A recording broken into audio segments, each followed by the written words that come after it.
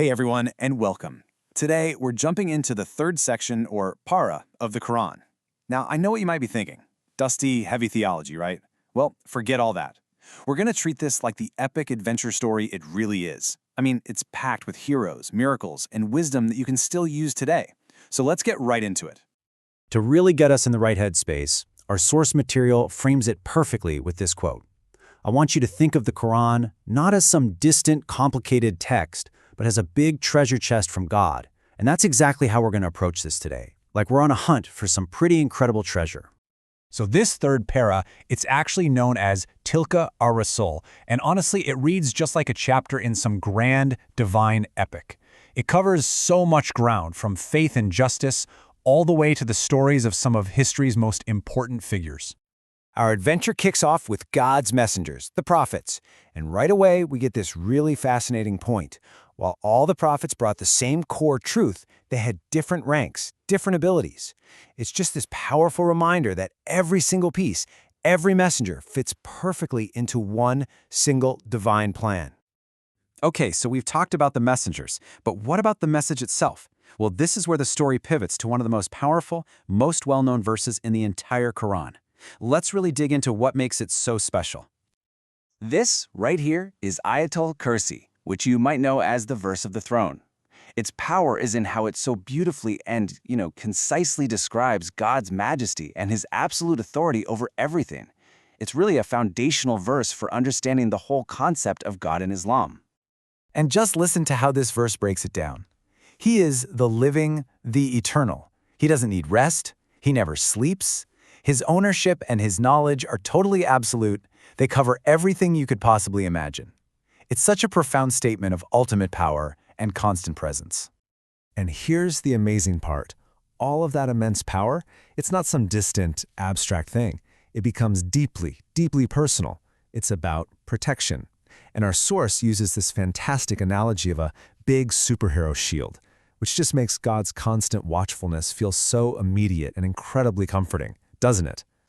So if you have this idea of an all-powerful, protective God, what does that mean for us? How are we supposed to act?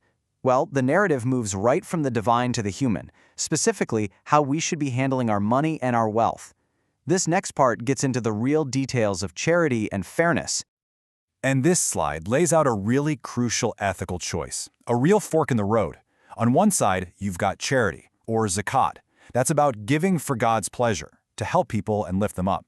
But on the other side, you have interest, or riba, which is about taking for your own personal gain.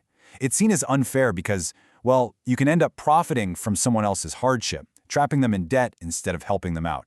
The difference couldn't be more stark. So what's the bottom line here? It all comes down to your intention. The guidance is pretty clear. Giving is not a performance. True, sincere giving is done for the right reasons, to please God and to genuinely help other people, not to get famous or, show off how rich you are. Okay, so we've looked at divine power, and we've talked about our responsibilities with wealth. Now the story kind of zooms in, and it gets personal. We're about to meet one very special family whose story is just central to this whole part of the Quran. The next chapter here is a surah called Aal-e-Imran, which literally means the family of Imran, and our source calls them a royal family in God's tales. Now, this isn't about kings and queens with worldly power. This is about a kind of spiritual nobility. And their story, wow, it is just filled with profound lessons. And really, at the absolute heart of this family story is one incredible young woman, Maryam, or as you might know her, Mary. Her journey is one of the most miraculous and moving stories in the entire book.